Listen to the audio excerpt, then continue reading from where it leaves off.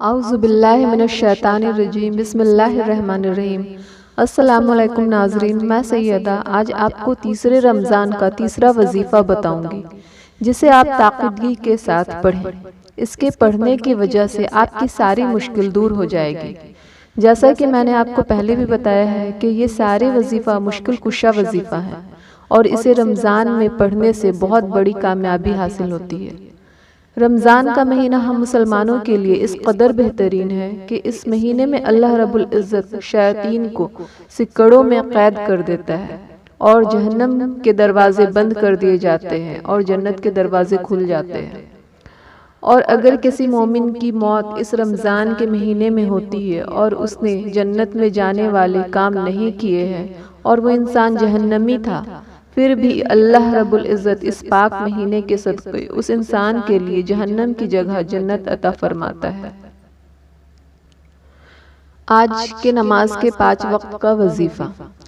فجر کے نماز کے بعد آپ 7 بار یہ پڑھیں: اللہم انی ادعوک باسمک الواحد العزیز وادعوک اللہم باسمک الکبیر المتعال الذی مالا الارکان کلہا ان تکشف علی ضر ما امشیت واشبت فیہ۔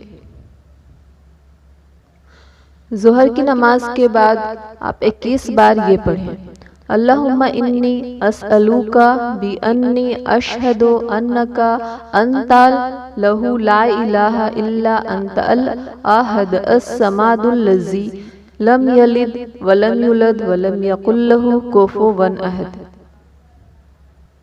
عصر کی نماز کے بعد 3 بار آپ یہ پڑھیں: اللہم انی ادعوک اللہ وادعوک الرحمن وادعوک البر الرحیم وادعوک باسمائک الحسنی کلہا ما علمت منہا وما لم اعلم ان تغفر لی وترحم علی۔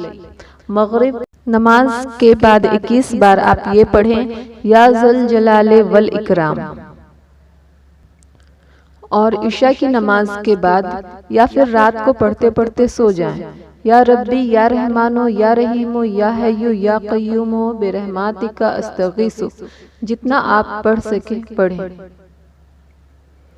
ویڈیو پسند آیا ہو تو لائک کریں اور اپنے دوست احباب کو شیئر بھی کریں، اور آپ اس چینل پر نئے ہیں تو سبسکرائب کریں اور بیل آئیکن ضرور کلک کریں۔